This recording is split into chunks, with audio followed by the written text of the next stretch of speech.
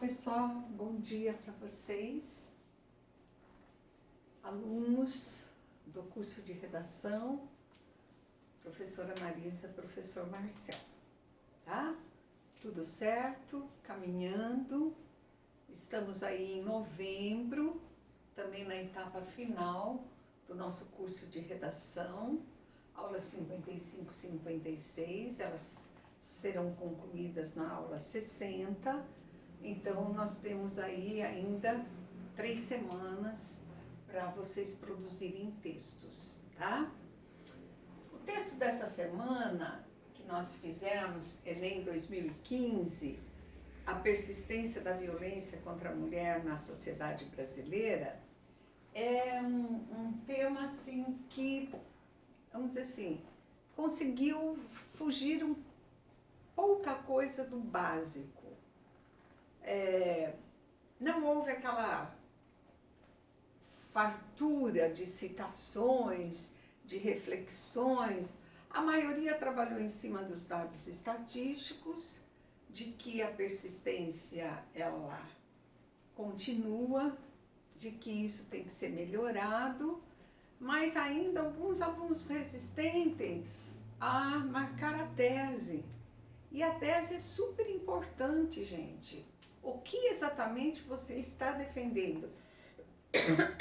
Um minutinho. O que exatamente você está defendendo no seu texto? A reedição de leis?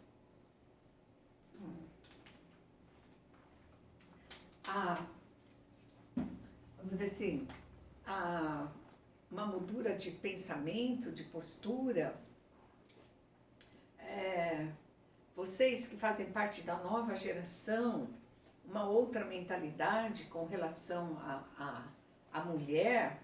Então, a tese precisa ser muito clara no Enem.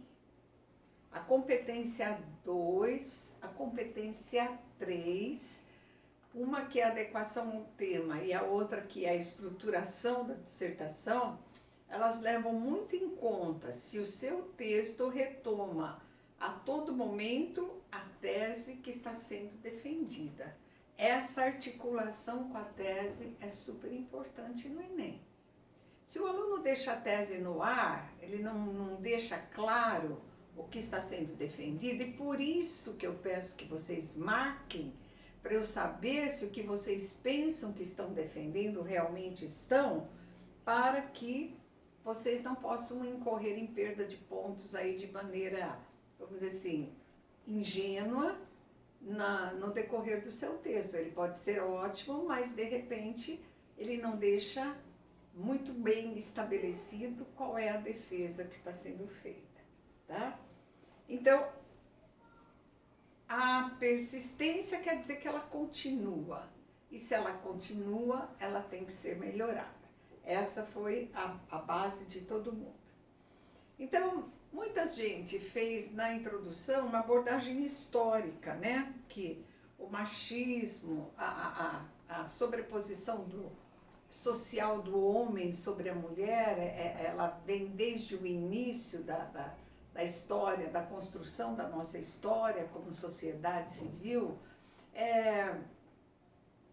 Então, vários fizeram essa abordagem, que foi assim desde o começo, com as índias, depois com as escravas, e os homens sempre na posição de mando, e, vamos dizer assim, submetendo a mulher vamos dizer assim, aos seus desejos, às suas vontades, a mulheres existindo para cumprir um papel subalterno com relação ao homem. Então, vocês falaram, isso persiste na história da sociedade brasileira, o paternalismo, a autoridade centralizada na figura do homem, vamos dizer, uma aquisição cultural já. Ela persiste por quê? Então, analisar essas causas, certo? E, vamos dizer assim, ela persiste numa situação em que a mulher ainda é submissa, a mulher socialmente e profissionalmente ainda está atrelada ao poder masculino e, vamos dizer assim, as formas de violência que vocês focalizaram, violência física, violência psicológica, emocional, sexual, moral, vocês exploraram. Então vocês puseram na interdisciplinaridade, muita gente colocou a questão da Grécia, né, de como que a mulher era vista, colocaram em Esparta a mesma coisa, como que a mulher era vista de uma forma diferente e que elas não eram consideradas cidadãs. Então é alguma coisa que vem de longe, né, essa desvalorização da mulher. Então a mulher é colocada como objeto, como inferior, como descartável. Aí vocês citaram alguma coisa assim de Durkheim, a sociedade é anterior ao homem, gera preconceitos. O fato social, a anomia social. As ONGs que apoiam a fiscalização e atendimento às vítimas. Os dados históricos, desde o descobrimento, escravidão, império, ciclo da cana-de-café, da indústria, a mulher sempre vista como um ser inferior. No Brasil colônia, que os homens eram proprietários das mulheres e essa sensação de posse ainda persiste. Aí vocês situaram também historicamente a Primeira Guerra Mundial, em que a mão de obra feminina foi solicitada para trabalhar nas fábricas, certo? E mais ou menos nesse sentido que vocês situaram a interdisciplinaridade. Muitos contaram a história de Maria da Penha, como que ela foi espancada, que ela foi privada, né, dos seus movimentos e que a punição ao marido foi bem, vamos dizer assim, insignificante, e o fato da lei que age contra a violência da mulher se chamar Maria da Penha. Falou-se também do feminicídio, né, da lei contra o feminicídio, também aprovada, e então vocês ficaram aí no fato exemplo da dependência econômica da mulher, que muitas vezes se submete. Alguns colocaram que a mulher ainda é vista como culpada porque ela usa uma roupa que é provocativa, então além dela sofrer a agressão, ela ainda é vista como causadora, né, provocadora do tipo de roupa. Alguns analisaram que o homem teme o crescimento cultural da mulher, ela está ocupando um espaço, ela profissionalmente ela está ascendendo, muitas mulheres têm tido o seu valor reconhecido, quer seja na literatura, quer seja no campo jurídico, quer seja no campo profissional, mesmo como executivas. Então, esse foco de que a mulher é inferior ainda persiste nas camadas mais simples, mas à medida que a mulher avança culturalmente e ela demonstra o seu potencial, a sua força de vontade, o seu engajamento com o estudo, com a pesquisa, esse quadro tem sido alterado e, vamos dizer assim, a mulher tem progredido alguma coisa, profissionalmente falando, socialmente falando, mas a gente vê que ainda no campo político, por exemplo, a mulher ficou lá atrás. Daí vocês citaram os dados estatísticos, lembro sempre que a fonte é muito importante, né? A fragilidade das políticas públicas com relação à violência da mulher, embora tenham sido criadas muitas delegacias específicas, né, para denúncia, o Disque Denúncia, mas ainda ela é tratada, a mulher que resolve denunciar, ela ainda é vista com um certo preconceito, tá? Falta agilidade por parte da justiça no processo de punição aos culpados. Às vezes já se passaram 10 anos, está sendo julgado uma agressão com morte que aconteceu lá atrás. A questão da violência contra a mulher no plano sexual, a violência no plano físico, que aumentou com a pandemia, a convivência, o estresse provocado pelo isolamento, pelo distanciamento. Então, estatisticamente, houve um aumento da violência contra a mulher. Falaram do canal de denúncia 180 e as formas como essa violência tem se apresentado. Então, assim, vocês apresentaram dados, apresentaram fatos de que ela persiste, mas sem que isso resultasse numa análise mais aprofundada. Então, quais são os textos que se destacaram, que conseguiram obter uma nota acima de 800, né, classificado como um ótimo texto? Quem não errou. Quem consegue trabalhar tese, argumentação, conclusão com clareza, com objetividade, com sequência. Então, esses são os textos que estão mais beneficiados. E os textos que ainda estão falhando na parte linguística ficaram aí aquém da nota 7. Mas nenhuma, vamos dizer assim, não há mais nenhum texto assim absurdamente errado. Não, 600, 620, 640, se aproximando de um bom texto, tá? Proposta de solução que vocês colocaram. O Estado exigindo o cumprimento da Lei Maria da Penha, fiscalização, garantias à vítima para denunciar, campanhas de conscientização, o incentivo à denúncia pelo 180, a valorização da mulher com relação às futuras gerações, que mudem esse conceito de que a mulher é inferior e que é submissa, as delegacias específicas para atendimento à mulher, um incentivo para que ela vença o medo de denunciar, né? Um auxílio psicológico às mulheres traumatizadas, né?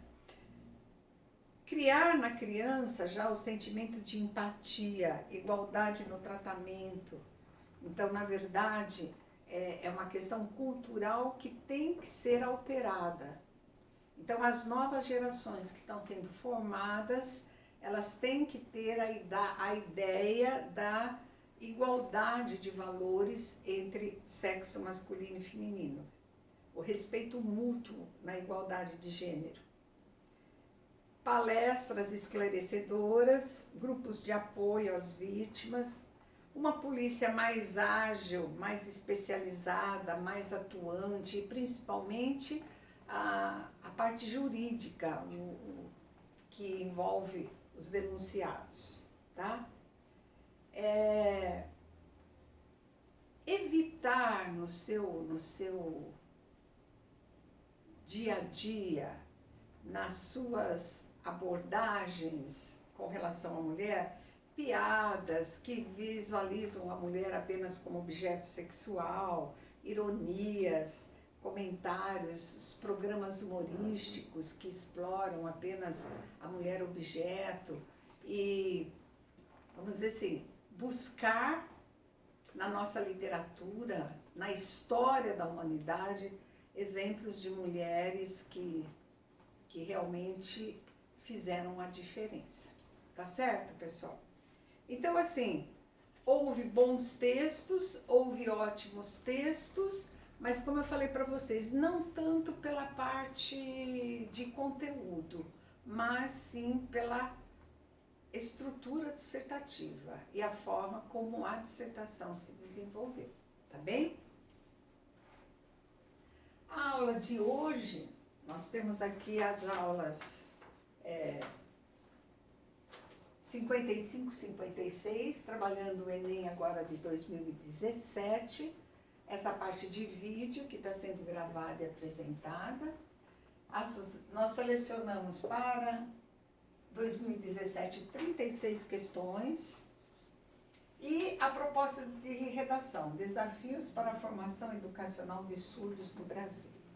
Eu acho sim, que a chance de um tema como esse cair novamente, ela inexiste. Então, o ano passado já eu ofereci uma outra possibilidade temática e eu pretendo colocar na página de vocês uma segunda proposta de redação para quem não quiser reescrever sobre a questão da educação dos surdos no Brasil, de repente um tema mais atual.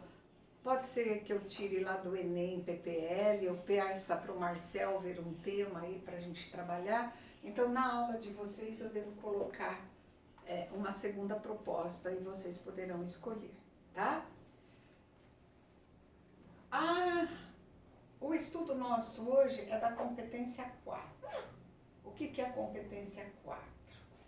Estruturação lógica e formal entre as partes do texto. Então, ela fala assim: demonstrar conhecimento dos mecanismos linguísticos necessários para a construção da argumentação. O que isso quer dizer? Coesão. É como as ideias se amarram, como que há uma interdependência entre elas para levar a uma proposta de solução. Daí que eu insisto que a tese tem que ser muito bem delimitada e tudo que vem sequencialmente no texto tem que ser articulada com ela. A nova ideia tem que estar sempre articulada com a anterior. No próximo parágrafo, a mesma coisa. Tem que haver uma progressão lógica na dissertação.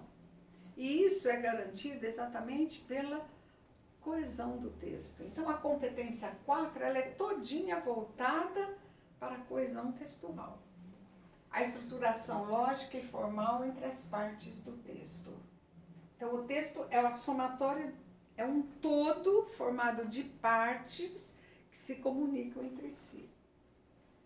Organização textual, uma sequenciação coerente e a interdependência das ideias. Então, não pode haver, assim, parágrafos estanques, individualizados. Não, o segundo parágrafo ele tem que ver com a tese que você elaborou. O terceiro parágrafo tem que ver com a tese e com aquilo que você falou no segundo. Tem que ver o terceiro parágrafo com aquilo que você falou nos anteriores. Isso é a sequenciação coerente. Faz sentido. E as ideias interdependentes. Há uma relação entre elas. Aí, para fazer essa sequenciação, eu vou ter recursos coesivos. Os operadores argumentativos. Então, nós vamos ter aqui, ó, preposições, conjunções, advérbios e pronomes. Cada ideia nova precisa estabelecer relação com as anteriores. Os operadores argumentativos, que estão aqui, ó, eles servem para relacionar frases, orações, períodos e parágrafos. Aí você vai se perguntar, o elemento coesivo estabelece a relação de sentido pretendida? Às vezes um aluno está concluindo alguma coisa e ele põe uma oposição. Às vezes ele está colocando uma relação de causa e não põe a consequência. Então a coesão, ela envolve, eles usam no material do Enem, eles usam o termo argamassa.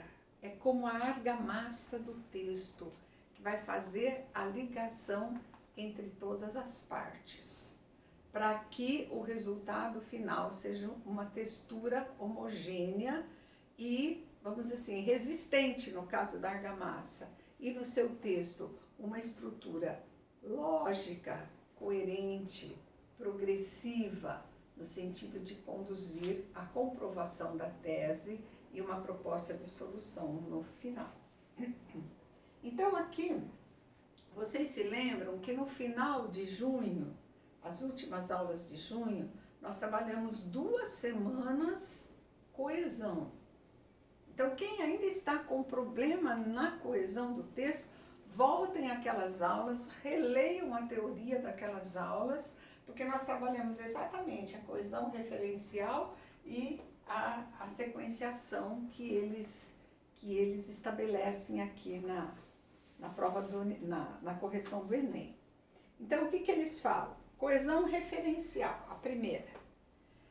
Uso dos pronomes, advérbios, verbos, artigos definidos e indefinidos, ou seja, as formas gramaticais, tá? Então, aqui, é aquilo que vem retomar algo já dito. O pronome demonstrativo esse, que é um anafórico que retoma algo já dito. O pronome relativo que, o qual, quem, onde, que retomam informações anteriores. O pronome este que vai ainda situar o que vai ser dito.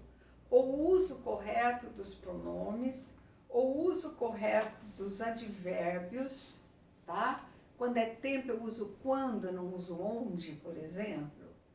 No ano de 2021, onde aconteceu uma pandemia, não é onde, é quando, é tempo. Relação espacial é uma, relação temporal é outra. Cuidado na escolha que vocês fazem.